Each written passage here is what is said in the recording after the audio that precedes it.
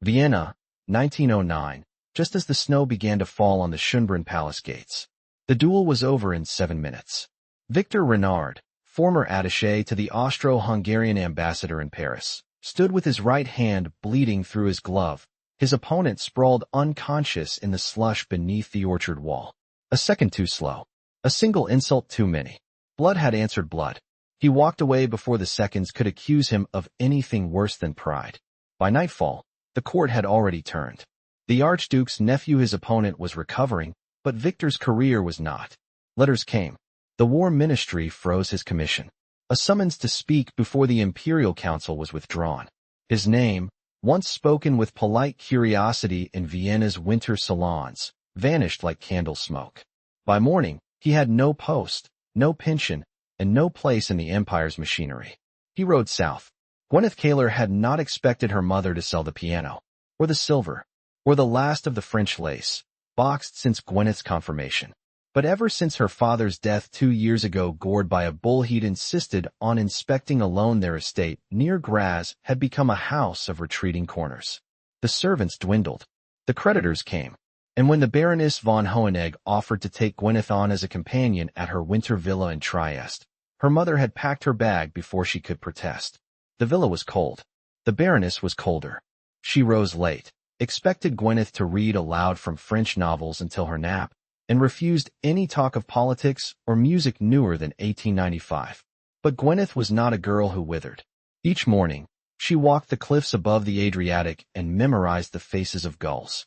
Each evening, she wrote letters. She never sent letters to her father, to the empty rooms of their house, to the sewing maid who once made her laugh until she dropped a stitch. And then Victor arrived. She found him in the stables, talking softly to a lame bay mare. I wouldn't lean near her flank, she warned from the doorway, holding out a sugar cube. She hates strangers. I'm not a stranger, he said, without looking up. Just someone she doesn't trust yet. You're not the new steward. No. Then what are you? He stood, brushed straw from his greatcoat, and bowed with a courtly grace that felt out of place in the damp stone air. A paying guest. Temporarily. She tilted her head.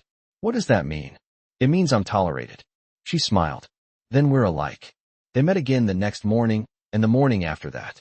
She found him walking the cliffs, his stride measured, his gaze always toward the sea.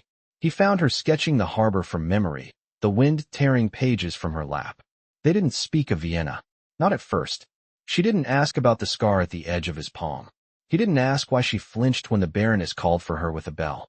But one late afternoon, as they walked the stone path above the cypress grove, she stopped. You fought a duel. He looked at her, startled. Yes. For what? Honor. That's a stupid reason. He laughed, low and real. Yes. It was. She watched him carefully. And now I'm nobody. She touched his sleeve. That's not true. He didn't move. I read it in the papers, she said softly. The duel. Your name. You were supposed to become an envoy to Constantinople. He nodded once. They said you ruined yourself. I did. She didn't let go of his sleeve. Why? He looked at her, then not the way men looked at women, but the way a man drowning looked at the shore. Because I couldn't be silent anymore. They were careful. Too careful, perhaps. But the Baroness wasn't blind. You're not paid to flirt, girl, she said one night, her voice dry as old paper. He's disgraced. You'll be ruined for even speaking to him. I'm already ruined, Gweneth replied, pouring the tea without trembling, just in quieter ways. The next day, she found Victor in the library, staring at a map of the Balkans. I'm going back, he said, to Sarajevo. There's a friend there, a newspaper editor. He says I can write for him. They'll kill you for what you write. Maybe. She crossed the floor. Then don't go. He looked up at her. I have nothing to offer you, Gweneth. She reached into her pocket and placed something into his hand. A folded scrap of her own letter. One she'd never meant to send. He opened it. You are not lost. You are only waiting to be found. He looked up, eyes burning. I don't need anything but your company, she said, voice barely above a whisper. I have no dowry. No name worth much anymore. But I know what it means to be cast aside. And I won't let you face that alone. He kissed her then. Just once. Just enough to bind the promise between them. That night, the Baroness dismissed her. No reference. No letter. You'll have to leave by morning. Gweneth packed what little she had. A coat. A book of poems. A pressed flower her mother once tucked behind her ear. Victor waited for her beneath the arches as the sun rose. You don't have to do this, he said. She smiled. Disgraced and desperate. What else would I do? He took her hand. Be my salvation, he said quietly. When all else fails. She nodded. I already was. The train south to Sarajevo was late. Snow had settled in the couplings between the cars, and the stoker hammered at the frozen linkages with a rusted iron bar.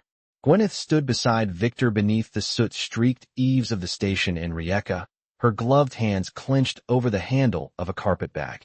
She had not slept. Victor's coat had lost a button, and he shifted with the impatience of a man used to motion. But he said nothing. The silence between them had grown heavier since they'd left the villa, no longer the hush of caution, but the weight of unspoken consequence. When at last the whistle came, it sounded more like a wound than a welcome. Inside the compartment, the air reeked faintly of coal, oil, and oranges. Gweneth sat across from him, knees not quite touching. A newspaper lay folded on the bench between them. He hadn't opened it. You said your friend is an editor, she said, her voice low enough to keep their solitude unbroken. What kind of paper is it? A small one, he replied. Independent. He publishes in both German and Bosnian. Mostly essays. Some serialized fiction. Occasionally a poem if it's short enough. She tilted her head, studying him. You write poetry? No, he said. Then, after a pause, but I used to translate it. She traced the edge of the window pane with a gloved finger, watching the frost bloom beneath her touch. I haven't read anything since we left Trieste, she said. It's strange, I used to read constantly. Now I can't hold a page still in my mind. You're not meant to read on a train, he said. Everything's already moving. She looked at him then, and he looked back. What are you afraid of, she asked. He didn't answer for a long time. When he did, he spoke without looking away. That I'll find I've lost the part of myself that could still build something. She nodded, slowly. And if you haven't, then I'll have to decide what to do with it. The train pulled into a station they didn't recognize. A soldier in a wool coat boarded, his rifle slung across his back. He took no notice of them. Gweneth waited until the door closed again. My mother used to say I had too much imagination, she said. That I'd never settle if I kept dreaming of things that couldn't be. He leaned forward slightly. And what did you dream of? She folded her hands in her lap. A life where I chose my own company. Where I walked through a door because I wanted to, not because I was summoned. And now I've walked through the door, she said. I'm just waiting to see what's on the other side. That night, they arrived in Sarajevo just before midnight. The streets were damp with sleet, and the gaslights along the river Miljacka hissed faintly as they passed beneath them. A carriage waited at the edge of the station courtyard, its driver half asleep beneath a threadbare blanket. Victor handed the man a coin, murmured an address, and helped Gweneth inside without speaking further. The boarding house was modest 3 stories of yellow plaster and green shutters, 2 streets from the Latin Bridge. The landlady wore a shawl over her braid and spoke German with a Herzegovinian accent, so thick Gweneth understood only every third word. But Victor nodded, signed something in a ledger, and led her up a narrow staircase to a room with a stove, 2 chairs, and a bed with a carved headboard. He hesitated at the threshold. I'll take the chair, he said. She didn't argue. She lit the lamp while he arranged his coat over the backrest, folding it with deliberate care. As she unpinned her hair, he sat, elbows on knees, watching the flame flicker in the glass. I don't know how to do this, he said quietly. Neither do I, she replied. But that doesn't mean we don't try. He looked up. If I fail here, you won't. You don't know that. I know you came back anyway. That counts for something. She sat on the edge of the bed, not facing him. I don't need you to be certain, she said. I just need you to stay. When she woke the next morning, the stove was lit, the window cracked for air. A loaf of bread, still warm, sat wrapped in a linen napkin beside the wash basin, and a folded note with her name in his handwriting rested atop it. By the time she stepped outside, bundled in her borrowed shawl, she found him standing at the mouth of the street with a satchel over his shoulder, waiting. He handed her a parcel. A proper coat, he said. The landlady's cousin trades in second-hand things. She took it without protest, slipping it over her shoulders. It smelled faintly of lavender and wool. A bell rang from a nearby chapel. The market was waking. He offered his arm. Shall we begin? He asked. She took it. Yes, she said, Let's begin. The print shop stood behind a narrow courtyard off Semalusa Street, its heavy door warped from years of winter damp. Inside, the air smelled of ink, scorched paper, and the faint bitterness of boiled coffee left too long on the stove. The man who opened the door wore a wool vest and spectacles that had been mended with wire. "You're late," he said, but his eyes softened when he saw Victor. Victor stepped forward. "I'm here now," he said. "And this," he turned slightly, "is Gweneth." The man bowed with a stiffness that came from long hours hunched over presses. "Jack of Vulik. You'll forgive me, I'd expected someone with fewer buttons missing." Victor gave a brief nod. "The coat's temporary." "She isn't." Inside, the building was a maze of half-filled drawers, lead type, and barrels of linseed oil. A boy of no more than 12 swept metal shavings into a pile near the back. Jakov pointed toward the stairs. "Your room's upstairs. Bed's lumpy, but the roof doesn't leak anymore." Gweneth followed them up, trailing her fingers along the soot-darkened railing. The room had a narrow table, a basin, and curtains made from flour sacks. The window opened onto a view of tiled roofs and the minaret of a mosque in the distance. Jakov lingered in the doorway. "You'll eat with the staff. No separate meals here. Ink stains don't care about manners." Later, over lentil stew in the cramped kitchen, Gweneth sat beside the compositor's wife, who handed her a cloth and gestured toward the basket of linen scraps waiting to be folded. Across the table, Victor poured water from a dented pitcher, his sleeves rolled to the elbow. "You'll be writing essays?" Gweneth asked. "Columns, mostly," he said. "On governance. Trade. The price of silence." Jakov set down his spoon. "He'll be writing what the others are too frightened to say. If there's a crackdown this spring, the gendarmes will come here first." "And you let him return," she said, her voice quiet. Jakov leaned back. "He came with nothing but his name. That's worth more than most come offering." That night, as Gweneth lit the bedside lamp, she caught Victor watching her from the doorway. He'd been typesetting all afternoon, his knuckles blackened with ink. He looked older there, framed by the chipped lintel and half-shadowed by lamplight. "You don't have to sleep in the chair again," she said, not turning from the mirror. "There's enough room." He stepped inside. "I wasn't sure." "You're still not." She folded her shawl over the back of the chair. "I don't need a protector. I need space beside me that isn't empty." He crossed the room and sat at the edge of the mattress, careful not to touch her. "I've spent so long trying to be enough for rooms I didn't choose. And now," he exhaled slowly, "now I'm beginning to want something not built from fear." She reached for his hand, ink and all, and laced her fingers through his. "Then stay." In the weeks that followed, her place in the press house settled like dust in corners. She mended linens, prepared proofs for binding, and learned how to lift a page without smudging its ink. The compositor's son taught her how to hold the composing stick, and by the end of February, she could set her name in lead without hesitation. Victor's articles drew attention. A magistrate sent a veiled warning. The tone was unwise. A merchant from Mostar arrived with coin and questions. One afternoon, a stranger left a bouquet of dried poppies on the stoop without a note.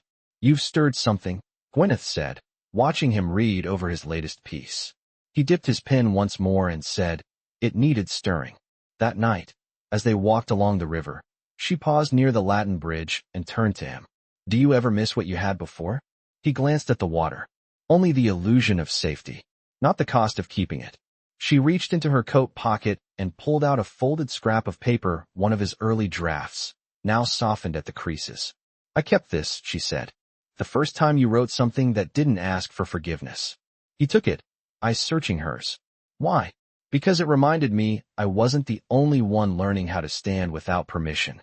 He touched her cheek, not in hunger, but reverence. "You gave me back more than I lost," he said. "You gave me the will to begin again."